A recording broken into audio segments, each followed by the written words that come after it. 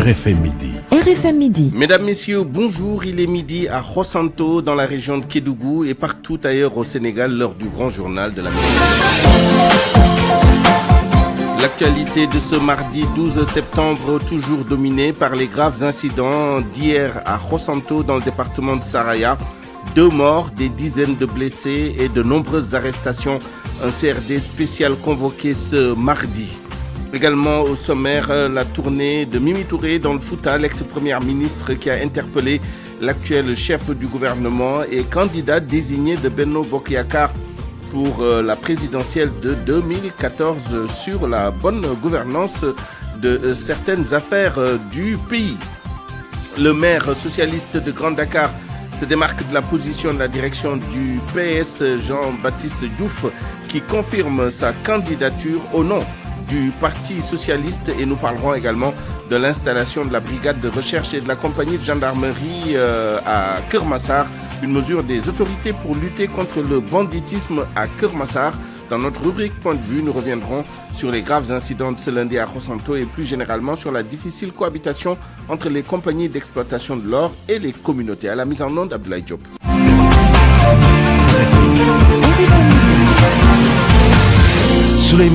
Nous allons donc tout de suite à Kédougou où au lendemain des affrontements entre les forces de l'ordre et des manifestants, affrontements qui ont fait 2 morts et des dizaines de blessés à Khossanto dans le département de Saraya, un comité régional de développement se tient aujourd'hui à Kédougou, chef-lieu donc de la région, où nous retrouvons notre correspondant sur place, Ibrahima Djebakhate. Bonjour.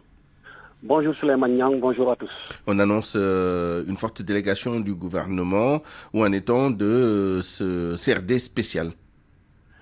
Bon, tout à fait, comme vous l'avez dit, le CRD annoncé n'a pas encore démarré. On attend toujours l'arrivée annoncée des ministres de l'Intérieur, et du ministre des Mines et de la Géologie et du ministre président du conseil départemental de Kédougou, Mamadou Salif Sow.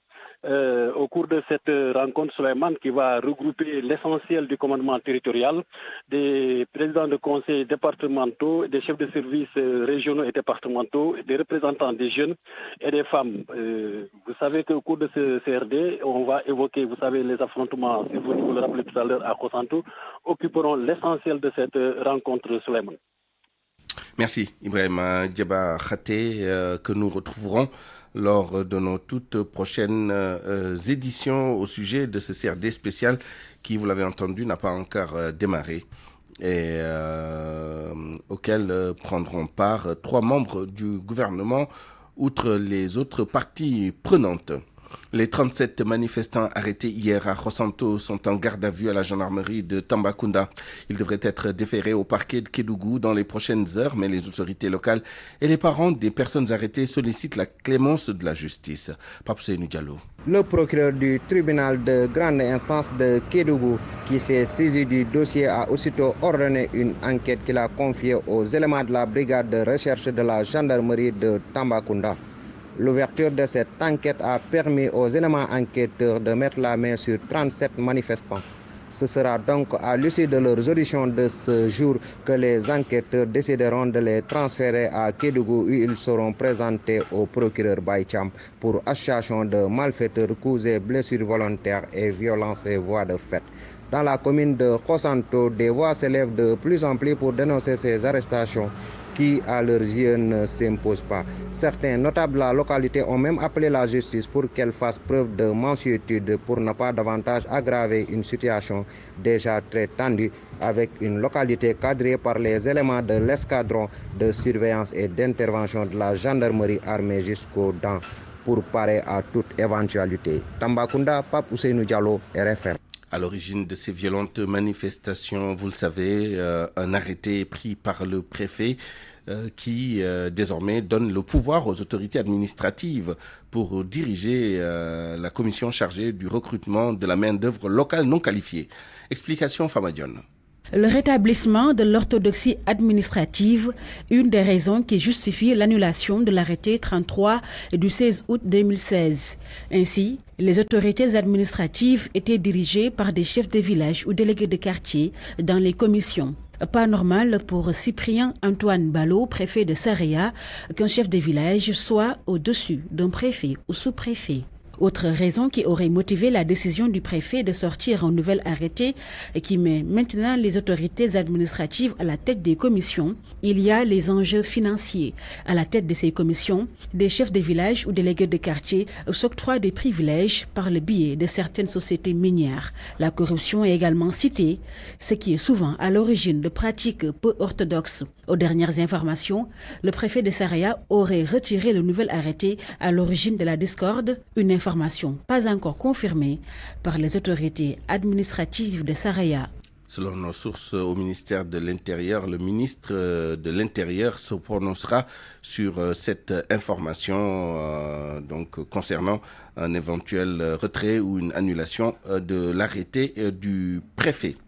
Plus globalement, Mimi Touré, l'ancienne première ministre, dénonce la gestion et l'exploitation de nos ressources minières, s'insurgeant contre la violence de la répression contre les jeunes du pays à chaque fois que des citoyens sentent le besoin de manifester. Aminata Touré attire l'attention des autorités sur les risques de troubles qui menacent l'exploitation des phosphates de Matam. Aminata Touré au micro de Ali Bandelnian. C'est toujours regrettable d'avoir des morts de jeunes. Et il y a toujours une autre manière de régler les contradictions que par la mort. Et je le regrette, je demande à ce que tout cela s'arrête sans délai.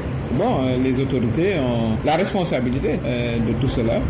Nous devons davantage protéger notre jeunesse. Le Sénégal est un pays de jeunes. 70% de la population a moins de 35 ans. On ne doit pas tuer nos jeunes, on ne doit pas tirer sur nos jeunes. Vous êtes dans la région de Matam, il y a un conflit latent dans le cadre de l'exploitation des phosphates, des villageois qui sont vus leurs terres récupérées pour une entreprise minière. Est-ce que vous croyez cela normal? Il faut déjà qu'on audite cette histoire de mines dont on entend parler. Je ne pense pas que les populations n'aient jamais vu les retombées de ces mines ou de cette mine. On en entend parler, ça a été repris par un tel.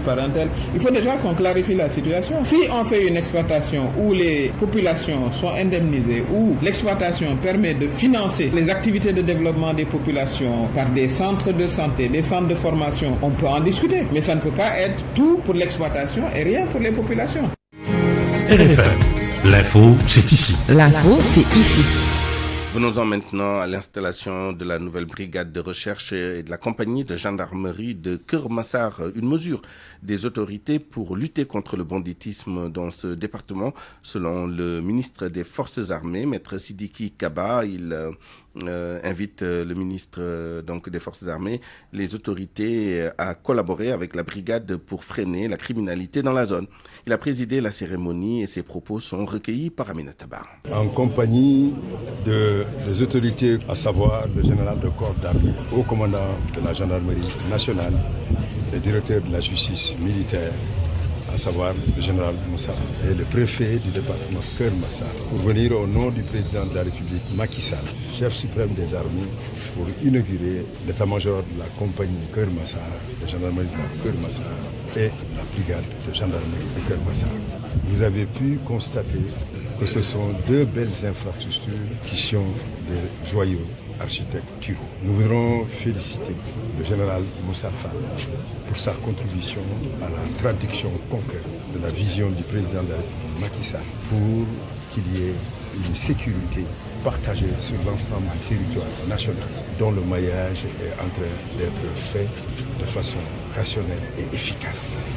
Je voudrais donc aussi dire aux gradés, aux gendarmes qui tous vont servir ici, de prendre possession de ces biens et faire en sorte que, par leur disponibilité opérationnelle, ils puissent faire le travail qui leur est demandé, à savoir assurer la sécurité des populations et faire en sorte que la sécurité qui est un bien commun puisse être véritablement partagée par les populations. Je demanderai à ces populations de collaborer de façon efficace avec les populations parce que la sécurité est une affaire de tous. À Saint-Louis, le bureau régional pour l'Afrique de l'Ouest du Haut-Commissariat des Nations Unies aux droits de l'homme sensibilise les agents de la direction de la police de l'air et des frontières sur la préservation du respect des droits des migrants et la prise en compte de la dimension genre aux frontières. Plus de 20 policiers formés à Saint-Louis, une région qui constitue un point de départ pour les migrants. Reportage Ousseynou Diop.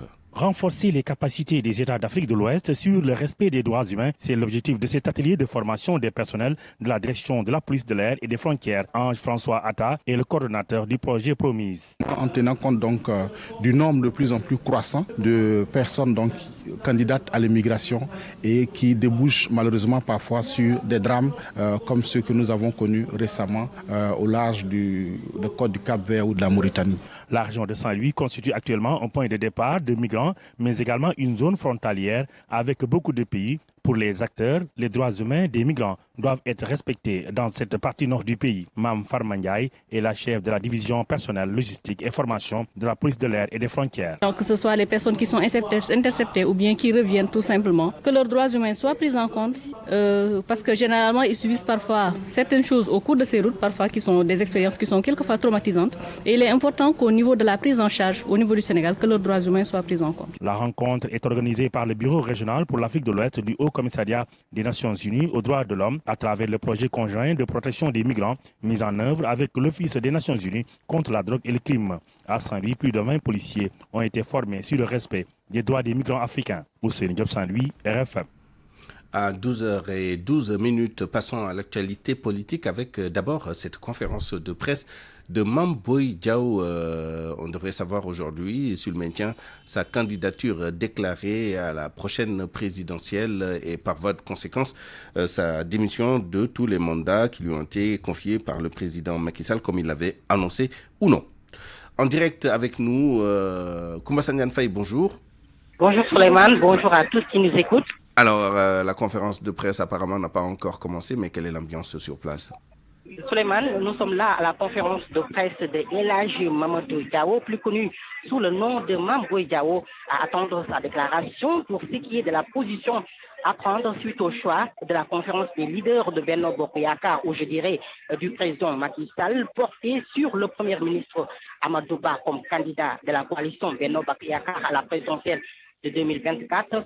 À dire que Mame Boye Diao va se déterminer d'un instant à l'autre avant que l'on ne quitte la salle. Les Sénégalais sauront si ce responsable de l'APR, maire de Kolda, par ailleurs directeur de la caisse de dépôt et de consignation CDC, va se plier au choix de son mentor Macky Sall ou va-t-il lui tenir tête en déclarant sa candidature pour 2024, lui qui s'était déclaré candidat à la candidature de la majorité pour 2024. Donc, il vient de faire son entrée dans cette salle remplie de militants et de journalistes.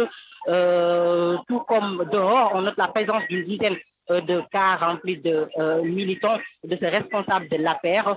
Autre chose qui attire l'attention, les affiches dans la salle sur lesquelles on peut lire MBD 2024, MBD, les initiales de son nom, a rappelé que Mame Boye Diao avait écarté toute idée de renoncer à sa candidature pour 2024. Disons que nous en saurons davantage si Mame Boye, maire de Kolda, approuvera ou désapprouvera le choix de Macky Sall. Souleymane. Merci Koumba Sandiane Faye en direct. Quant au maire socialiste de Grande Dakar, il se démarque de la position de la direction du Parti socialiste et réaffirme sa candidature à la présidentielle de 2024. Jean-Baptiste Diouf s'est défini comme le candidat du PS et appelle tous les militants à la mobilisation. Nous l'écoutons au téléphone avec El Hadji Ndiogou Diène. C'est le processus normal. Moi, je suis du Parti socialiste et bon, je tiens à rester candidat du Parti socialiste. Aujourd'hui, je travaille avec les militants à la base. C'est la tête du parti qui est avec Benno, mais moi, avec les militants de base. Mais est-ce que vous pouvez parler au nom du Parti socialiste? Parce qu'on sait que le Parti socialiste, membre de Benno Bokk Yakaar, a validé, a cautionné le choix porté sur Amadou Ba comme son candidat à la présidentielle. Oui, je peux parler au nom du parti parce que le parti n'a pas suivi le processus pour désigner le candidat. Et donc, quand il y a un candidat déclaré, normalement, ce sont toutes les coordinations qui doivent donner leur avis pour faire le choix définitif. Et ce qui n'est pas le cas aujourd'hui au sein du parti. La direction du parti a pris une voie qui n'est pas la bonne. Les socialistes m'appellent de toutes parts pour me manifester leur soutien, leur engagement derrière ma candidature. Est-ce que vous ne craignez pas d'être sanctionné pour n'avoir pas respecté la discipline de parti concernant cette question de la candidature de Benno Bokk Yakaar? Je ne crains rien du tout. Si on me sanctionne. Bon, ben, écoute, la décision sera prise par ceux qui voudront prononcer cette sanction. Mais moi, je reste sur ma position et c'est clair et c'est net. Je vous le disais dans les titres, Aminata Touré en tournée dans la région de Matam à Ourossogui, l'ancienne première ministre qui rencontrait des émigrés de retour au pays, n'a pas mis des gants pour tirer sur le Premier ministre actuel, Amadou Ba, qu'elle interpelle sur les 1000 milliards présumés détournés et les nombreux morts lors des émeutes. Reportage Ali Bandelnian. Ce sont les mêmes qui avaient reçu Macky Sall en 2009 qui sont en train de tourner en ce moment avec Aminata Touré à Ourossogui. Pour la première fois depuis son départ de l'APR, l'ancien Premier ministre en course vers la présidentielle est en train d'étendre les tentacules de son mouvement dans la région de Matam. Mimi Touré, qui semble assimiler le choix de Amadou Ba à une trahison des premiers compagnons de Macky. Évidemment, vous avez un candidat que moi j'ai connu quand on était à Macky 2012. Quelqu'un comme Abdoulaye Daouda Diallo investi pendant longtemps avant que le président Macky Sall ne soit président. Ali Ngouille Ndiaye, nous étions ensemble dans Macky 2012. De toute façon, Amadou Ba, ce serait du Dolly Macky. Et Amadou Ba, ce serait comme un troisième mandat de Macky Sall. Les Sénégalais aspirent à un changement du président Macky Sall. Hein. C'est un one-man show là-bas. Les 1000 milliards du fonds Covid présumés détournés, les émeutes, nombreuses victimes, Mimi Touré estime que le Premier ministre actuel doit d'abord faire toute la lumière. C'est lui le Premier ministre jusqu'au moment où on parle. 1000 milliards de Covid. Quand il y a eu les émeutes à Dakar, une vingtaine de morts, il était Premier ministre. Où en est l'enquête? S'il ne règle pas ce problème-là, mais les Sénégalais ne vont certainement pas se hasarder à lui confier le pays. La candidate à la prochaine présidentielle en tournée dans la région de Matam est attendue ce mardi à Bakel et à Kanel avant l'Assemblée générale de lancement des collectes de parrainage prévues demain à Ourossogui. Matam, Ali Bandelnian, RFM. 12 septembre 2022, 12 septembre 2023, la 14e législature a 1 an depuis son installation. En une année, l'Assemblée nationale a été marquée par pas mal d'événements. De son installation à aujourd'hui, on aura retenu des bagarres, des dossiers personnalisés et même des poursuites en justice. Une image peu reluisante de la vie de certains parlementaires qui se disent même préparés à une future dissolution avec l'élection d'un nouveau Premier ministre. Opposition comme mouvance présidentielle se sont confiés à Nafissatou Silla. Du pouvoir comme de l'opposition, on a senti un braquage entre parlementaires, alors que tel ne devrait pas être le cas. Une année ponctuée de bagarres, d'insanités, de caractère difficile, bref, une année compliquée. C'est l'avis de l'honorable député du groupe parlementaire Benno Bokk Yakaar, Yaya Diallo. On a senti beaucoup de guéguerres, beaucoup de bagarres à l'Assemblée nationale, alors qu'à mon humble avis, un parlementaire doit refléter l'image d'un Sénégalais. Nous sommes élus par le peuple, nous devons parler et se comporter comme le peuple sénégalais le veut. C'était une année aussi riche en enseignements parce qu'on a appris des uns et des autres. Les débats étaient de haute facture, mais malheureusement le hic, c'est que ce que retiennent les Sénégalais, c'est que nous avons été très belliqueux, nous avons été bagarreurs et voilà, l'image de l'Assemblée nationale a été quand même mal perçue par les Sénégalais et c'est regrettable. Image partagée par l'opposition, le député Abba Mbaye juge aussi ces postures regrettables et il se rappelle de Mais pour moi, le plus grave de cette journée-là, c'est qu'un homme qui n'est pas élu député puisse pénétrer dans l'hémicycle et agir comme s'il était député. Cela prouve le degré d'impréparation de l'organisation administrative de l'Assemblée et la défaillance qu'il y a eu ce jour-là. Et je pense que c'est des choses que le règlement intérieur doit maintenant anticiper et les gens doivent se préparer.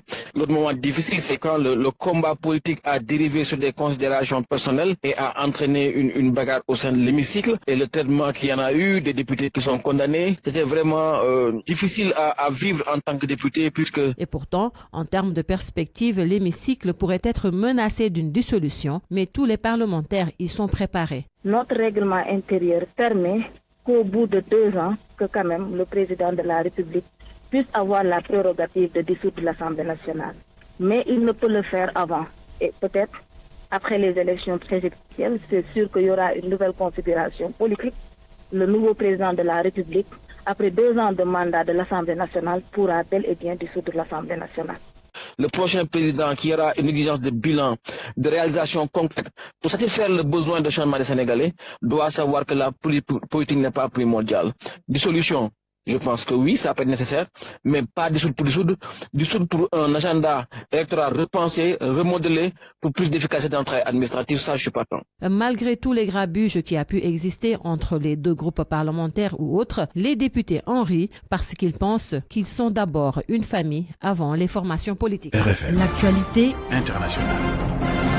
Le journal international avec vous, Georges Détié Diop. Bonjour. Bonjour Souleymane. D'abord, le séisme au Maroc, le bilan est monté à plus de 2800 morts. Bilan toujours provisoire, 2862 morts et plus de 2500 blessés selon le ministère marocain de l'Intérieur. L'espoir de retrouver des survivants plus de 72 heures après le séisme s'amenuise.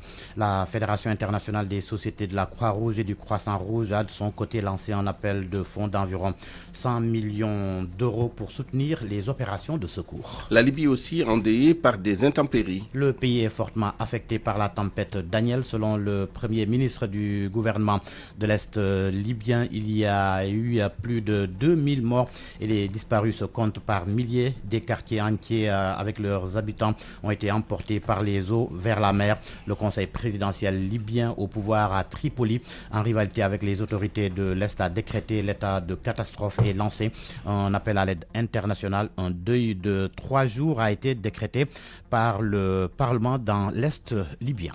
Au Mali, la compagnie aérienne Sky Mali annule ses vols dans le nord du pays. Ces vols de la semaine à destination et en provenance de Tombouctou et Gao. La décision fait suite à une attaque dans le périmètre de l'aéroport de Tombouctou.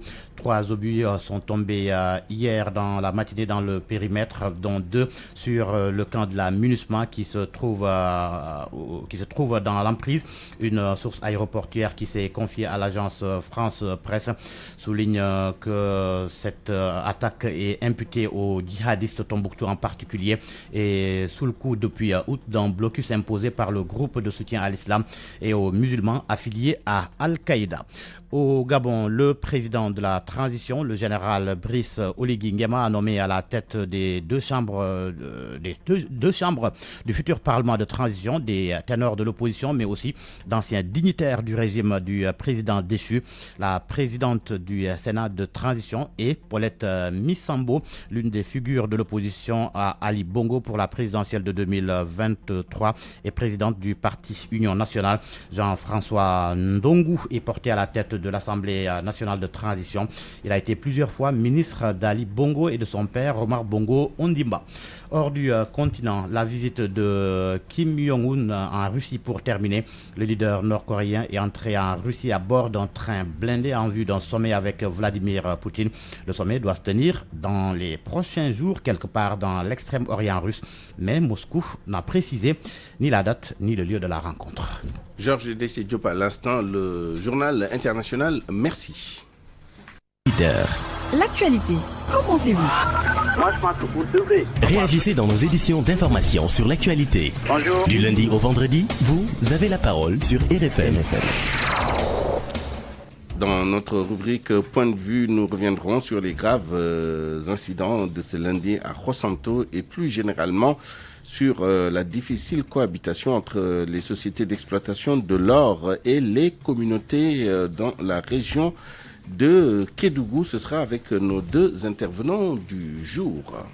RFM Sport. L'actualité des sports, c'est avec vous, Malal Junior Diagne. Bonjour. Bonjour Souleymane. Sénégal-Algérie, c'est l'affiche de la soirée au stade Maître Abdoulaye Wade. Une affiche pour une rencontre amicale, mais une affiche de gala avec donc les deux dernières équipes à avoir remporté la Coupe d'Afrique des Nations qui vont s'affronter en amicale.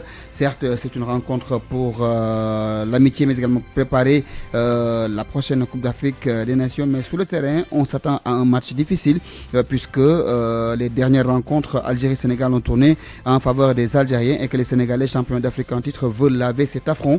Les deux joueurs qui ont joué cette rencontre en 2019, à savoir Idriss Gana Gueye et Riyad Mahrez, ont répondu hier aux questions de la presse et dans un coin de leur tête, chacun d'entre eux a fait allusion à cette rencontre et s'attend à une rencontre difficile cet après-midi sur le Tchad. Ils avaient tous deux pris part aux deux dernières rencontres en 2019, mais pour ce match amical, le contexte change. Idrissa Gana Gueye dit dit avoir beaucoup appris entre-temps, idem pour ses coéquipiers. Ça nous a servi à mieux préparer la finale qu'on a su gagner au Cameroun. Ça veut dire qu'on a pris de l'expérience et c'est quelque chose qui est fondamental quand on arrive en finale. Et parce que contre l'Algérie, c'était notre première finale, donc on n'avait pas d'expérience. On a su mieux le gérer contre l'Égypte. Et je pense qu'aujourd'hui, c'est un autre match qu'on va jouer contre l'Algérie. La star de l'équipe algérienne s'attend à une belle opposition ce mardi. Riyad Mahrez reste optimiste pour une victoire. Non, on est prêt. On sait que c'est un super match à jouer. On sait que ça va être guichet fermé. On est prêt à sortir le match qu'il faut pour gagner. Après, tout dépendra de la physionomie, mais en tout cas, ouais, tout le monde est prêt. En dehors d'une confirmation pour l'Algérie ou d'une revanche pour le Sénégal, Idrissa Gana Gueye, lui, se réjouit de cette rencontre amicale face à une grande nation de football. Et ça fait plaisir surtout pour le peuple sénégalais, pour le pays de recevoir ce genre de match chez nous. On n'a pas eu ça depuis très très longtemps, depuis la Côte d'Ivoire je crois. Et l'Algérie est une grande équipe du continent africain. Aujourd'hui, pouvoir jouer ces genres de matchs-là, ça fait plaisir et ça fait plaisir au continent africain aussi. Cette équipe, parce qu'on a envie de gagner ce match-là et surtout on a envie de faire du plaisir, de donner du plaisir à notre peuple et à notre public et surtout de prendre du plaisir aussi sur le terrain, donc on verra bien. Si Youssef Belaïli, qui avait inscrit l'unique but de la rencontre Sénégal-Algérie en phase de poule en 2019, ne prendra pas part à cette rencontre, Bagdad Bounedja, qui avait éliminé le Sénégal en finale 2019, sera bel et bien de la partie. Mais les Lions du Sénégal, champions d'Afrique, ont leur mot à dire et surtout devant leur public. Pour ces rencontres, donc comptant pour la date FIFA de cet après-midi, notez que l'Afrique du Sud va jouer contre la RD Congo. La Côte d'Ivoire joue contre l'équipe du Mali. En Europe, l'Allemagne reçoit la France. L'Écosse contre l'Angleterre. Le Japon joue contre l'équipe de la Turquie. Arabie Saoudite contre Corée du Sud. Le Qatar joue contre l'équipe de la Russie. Dernière journée également des éliminatoires de la CAN 2024. Aujourd'hui, le Cameroun joue sa qualification face à l'équipe du Burundi. L'équipe de Rio Gobersong doit obligatoirement gagner à domicile pour valider sa place à la prochaine CAN. Les Lions du Parabasket jouent la petite finale des Jeux africains cet après-midi. Ce sera à 15h45 après avoir perdu la demi-finale hier face à l'Algérie. L'équipe nationale du Sénégal croise l'équipe égyptienne déchue en demi-finale par le Maroc. Et après cette petite finale, ce sera place à la grande finale qui va opposer l'équipe algérienne à celle du Maroc. Coupe du monde de pétanque avec le Sénégal qui est actuellement à Cotonou pour prendre part à cette Coupe du monde qui a démarré le 8 septembre prochain. La finale est prévue le 18 du même mois. Nous reviendrons sur les performances des Sénégalais dans nos prochaines éditions. Nous allons donc, Souleymane, s'arrêter là et donner rendez-vous aux auditeurs à partir de 18h30 pour la retransmission du match Sénégal-Algérie depuis le stade Abdoulaye Wade. Depuis le stade Abdoulaye Wade, à préciser. Donc ce n'est pas un reportage en studio. Voilà, ce sera depuis le stade. Avec la même saveur, bien Avec la même saveur, avec Abdoulaye Diop qui va gérer la technique et on fera de tout pour que ça puisse coller au slogan RFM, ça s'écoute et ça se voit. Rendez-vous est pris, Malal Junior Diagne, merci. RFM, la radio de toute l'actualité. À Kaolack, la municipalité met en cause l'État du Sénégal dans les problèmes d'assainissement et de drainage des eaux pluviales dans la commune. Le responsable de l'assainissement de la mairie souligne l'importance pour les autorités de tenir leurs promesses lors du nettoyage des canaux de Ndarbundaou. Ndeye Madjiguène Diouf, adjointe au maire, appelle à des discussions pour résoudre les inquiétudes apporter une réponse aux inquiétudes des habitants de Mbadakhoune. Reportage Fatoumbaou.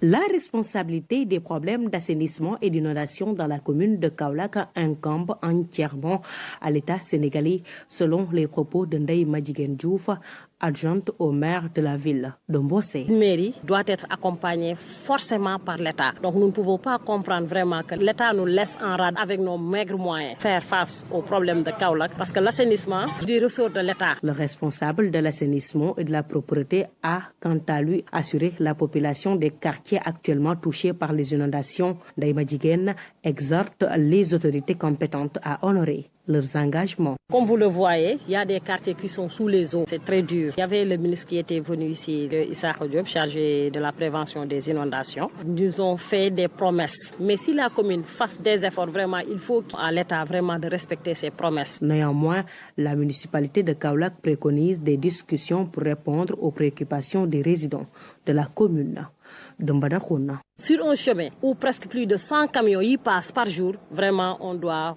refaire cette route. Qu'en est-il des ordures qu'on déverse Non, là-bas? les ordures qu'on déverse là-bas, vous savez, vraiment, on leur demande un peu de patience et une bonne concertation avec les autorités, vraiment, pour trouver. Par ailleurs, la mairie travaille activement à dégager les canaux d'évacuation des eaux pluviales à Darmondao afin d'alléger la situation des habitants.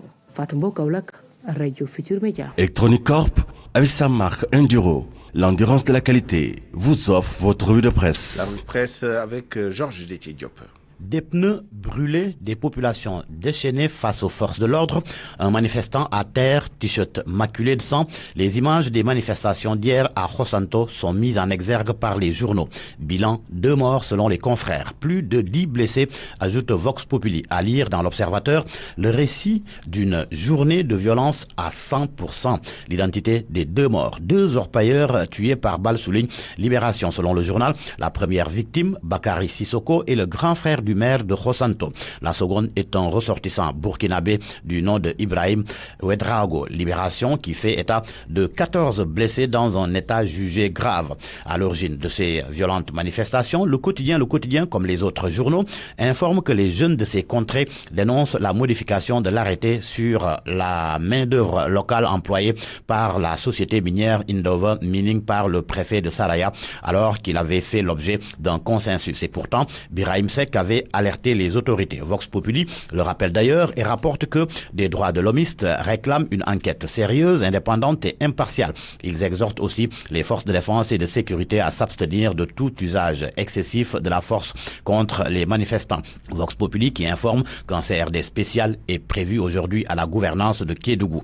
En politique, après le choix de Amadouba comme candidat de Benno Bokk Yakaar à la présidentielle de 2024, le désordre se dessine et pour cause, Mame Boye Diao s'affirme si l'on se fie à Source A qui évoque une déclaration de candidature et démission de ses postes nominatifs. Source A qui nous apprend aussi que Birima Mangara se jette à l'eau. Selon mon confrère, l'ancien ministre du budget va bientôt officialiser sa candidature à la présidentielle de 2024. Pendant ce temps, Aly Ngouille Ndiaye, lui, enregistre un coup dur après sa démission du gouvernement.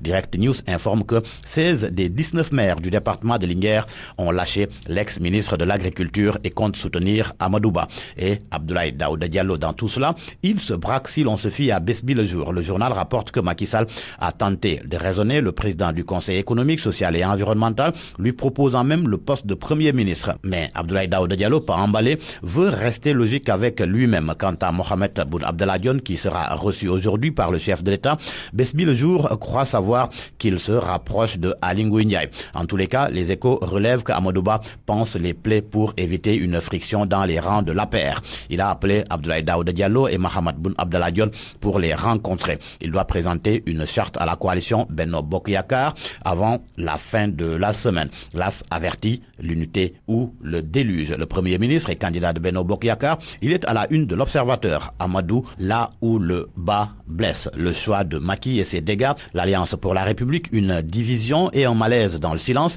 Assemblée nationale, la majorité hypothéquée. Le bloc des maires se fissure. Tout cela à lire à la page 9 du journal L'Observateur. À la une de Sud Quotidien, la grève de 120 heures des travailleurs des collectivités territoriales, des mairies, à l'arrêt des requérants en souffrance. Le journal indique que le syndicat national des travailleurs des collectivités territoriales durcit la lutte pour la revalorisation de leur salaire. Après la grève de 96 heures dans l'ensemble du pays, il observe à nouveau une grève de 120 heures depuis hier lundi. Ces grèves répétitives ont fini par porter préjudice aux populations. Les sports pour boucler en attraction, le match Sénégal-Algérie à 19h. Un match pas si amical que ça, relève les Échos qui rapportent les propos de Djamel Belmadi selon lesquels, je le cite, « Je suis sûr que Aliou Cissé va utiliser dans les vestiaires cette idée de revanche pour motiver ses troupes. » Riyad Mahrez, lui, indique qu'Edouard Mendy le connaît bien. Idrissa Gana Gueye, quant à lui, confie qu'ils ont envie de gagner ce match. Même sujet à la une du journal Record, amical Sénégal-Algérie à 19h. Duel de champions à Diamniadio, s'exclame le journal. Du prestige à Diamniadio, renchérit le quotidien Stade. À vos kiosques et bonne lecture. Electronic Corp, avec sa marque Enduro, l'endurance de la qualité, vous a offert votre revue de presse. Point de vue. Regard croisé sur l'actualité du jour.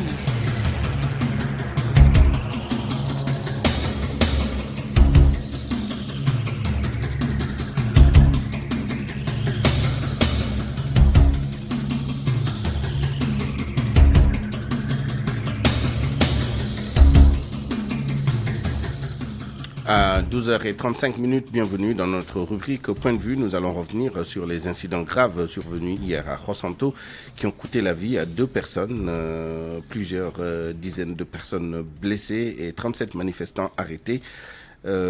Pour en parler et plus globalement des relations tendues entre les communautés et les autres parties prenantes des zones d'exploitation minière. Nous sommes en ligne et en direct avec M. Pape Farah Diallo, président de la Coalition nationale. Publiez ce que vous payez. M. Diallo, bonjour. Bonjour, M. Nian. Alors, d'abord, l'actualité aujourd'hui, un CRD spécial organisé à Kédougou sur ces événements. En présence de 3 membres du gouvernement et bien naturellement des autres parties prenantes, autorités administratives et autres acteurs locaux. Quelles sont vos attentes par rapport à ce CRD spécial relativement aux incidents d'hier? Oui, les incidents d'hier sont très regrettables. Nous saluons l'initiative de l'État d'aller s'enquérir de la situation et essayer de trouver des solutions à travers un CRD spécial et que le ministre, que les 3 ministres se déplacent pour aller sur le terrain et voir exactement la situation, c'est quelque chose qui est salutaire. Mais on a l'impression que c'est médecin après la mort et c'est vraiment dommage que un arrêté préfectoral sur une question liée aux emplois locaux, notamment les emplois non qualifiés dans l'industrie minière, en arriver à susciter la colère des populations locales qui n'ont rien fait d'autre que de sortir et de défendre et de revendiquer leurs droits économiques, sociaux et environnementaux. Et ils ont été sévèrement réprimés, que l'autorité administrative locale n'ait pas eu la possibilité d'adopter une démarche inclusive et participative en impliquant l'ensemble des parties prenantes au niveau local, y compris les chefs de village, y compris les organisations communautaires de base, y compris les associations de jeunes au niveau local, à Rosanto et à Sabadola et dans d'autres localités aussi. Voilà. Alors, cette démarche aurait dû être une démarche proactive en amont. Mais malheureusement, c'est un peu médecin après la mort. Et nous dénonçons avec la dernière énergie la répression brutale qui a eu lieu à Rosanto et qui a occasionné les pertes en vies humaines. Vous l'avez évoqué, cet arrêté pris par le préfet du département de Saraya qui devait revoir la composition et le fonctionnement des commissions sur le recrutement du personnel local non qualifié. Est-ce que vous, en tant qu'acteur, vous vous êtes intéressé à la motivation? Est-ce que vous savez pourquoi le préfet a voulu prendre... pour organiser ou pour réorganiser le comité. Le même dispositif existe à Matam, qui est la 3e région minière du Sénégal, et à peu près le même dispositif existe aussi, ou qui est la 1re région minière du Sénégal. À Kédougou aussi, voilà, on sait que il y a une vive tension parce que au-delà de l'exploitation minière, il y a l'orpaillage traditionnel et les communautés vivent de cet orpaillage traditionnel-là. Et en période d'hivernage, il y a beaucoup de djoura qui ferment à cause de l'hivernage. Donc du coup, ce sont des communautés qui restent sans sans activité. Mais ce qui a posé problème là à Kédougou, notamment avec l'arrêté du préfet dans la zone de Khosanto, c'est que l'arrêté a écarté les chefs de village. Et c'est ça qui a posé problème, parce que les gens ont soupçonné qu'il peut y avoir des logiques politiques ou politiciennes derrière si on écarte les chefs de village ou bien si on écarte les acteurs communautaires. Donc, c'est comme qu'il disait que ce sont les autorités administratives qui vont avoir toute la latitude de choisir les personnes qui vont travailler, notamment en ce qui concerne les emplois locaux, sans tenir compte des avis des vrais acteurs communautaires, notamment les chefs de village et les organisations de jeunes, de femmes, etc., qui habitent dans les localités et qui subissent les externalités négatives. Et quand il s'agit de partager les externalités positives, c'est-à-dire les emplois et les retombées positives, on les écarte. C'est ça qui a créé un peu c'est ça qui a suscité la colère des populations locales. À l'évidence, c'est l'étincelle qui a mis le feu aux poudres. Vous l'évoquiez également tout à l'heure dans votre première intervention. C'est pas la première fois. La tension est presque permanente. Avec une certaine acuité, vous l'avez dit tout à l'heure, pendant la période d'hivernage, quand les mines traditionnelles, d'orpaillage sont fermées. Quel est le problème de fond, s'il en est, qui explique justement cette vive tension, particulièrement dans cette région de Kédougou? Oui, il y a à peine 2 mois, je rentrais de cette zone-là. J'étais à Khosanto, j'étais à Tabodola, et dans d'autres zones de Kédougou, notamment à Mako et dans la zone de Saraya, à Medina Bafé. Le vrai problème vous venez de l'évoquer, et malheureusement l'État, à mon avis, n'a pas encore suffisamment pris à bras le corps le vrai problème au niveau de cette zone extractive-là. Le vrai problème, c'est que ce sont des communautés qui subissent au quotidien les impacts négatifs liés aux impacts environnementaux, les impacts sociaux de l'industrie minière. L'industrie minière, en retour, dans la chaîne de valeur, n'emploie pas beaucoup de ces populations qui vivent dans les zones. J'étais en train de regarder le rapport de Endeavour Mining, qui est la société mère de Sabodala Gold Operation, ici au Sénégal. Ils se prévalent quand même de 43% du personnel, les 2600 personnes qui travaillent pour la société au Sénégal. 43%, c'est du personnel local, 52% du personnel national et seulement 5% des expatriés. C'est quand même beaucoup, 43%, si le chiffre est confirmé. Vous allez même voir des entreprises minières qui vous disent que 98% de leur personnel sont des nationaux. Mais c'est quel type d'emploi? Allez sur place et interroger les acteurs qui vous disent que les statistiques qu'ils vous donnent, ce sont des emplois, ce sont des gardiens, des pointeurs. Donc, mais ce ne sont pas des gens qui travaillent directement derrière la mine. Parce que oui, il y a des contractuels et des permanents. Exactement. Oui, non, ce sont des emplois extrêmement précaires. Extrêmement précaires. Et ces populations-là, parfois, on peut vous donner un contrat de 3 mois. Vous travaillez pendant 3 mois, on vous libère et puis c'est fini pour vous. D'autres, on leur donne des contrats de 6 mois. Vous travaillez pendant 6 mois, c'est fini et on vous libère. Mais eux, ils comptabilisent ça dans leurs statistiques. Et ce qu'ils ne disent pas, c'est que ce sont des emplois très précaires qui ne permettent à ces communautés-là de sentir les externalités positives de l'industrie minière. Et pourtant, ce sont des communautés qui continuent à subir les externalités négatives de l'industrie minière. Et c'est ça qui pose problème en termes de santé sexuelle et reproductive. Les femmes qui s'activent dans les zones minières sont des femmes qui subissent des impacts extrêmement dommageables pour leur santé sexuelle et reproductive. Il y a le travail dans leur pays traditionnel. Il y a aussi, au niveau de l'industrie minière, à travers les grandes compagnies qui opèrent dans ces localités-là, la précarité des emplois, qui sont des emplois de 3 mois, 6 mois, avec des contrats de 3 mois, 6 mois, mal rémunérés, et c'est ça qui crée les frustrations. Et mais si justement, comment on s'est retrouvé dans cette situation? Pas... Est-ce que nos États ont bien négocié avec les sociétés? Je rappelle que Endeavour a racheté Teranga Gold Operation, qui était l'une des premières sociétés à avoir le permis d'exploiter l'or dans cette zone.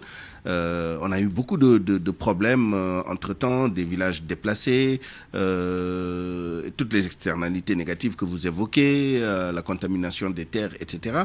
Est-ce que notre État, le Sénégal, a bien négocié et ficelé les contrats avec ces sociétés-là?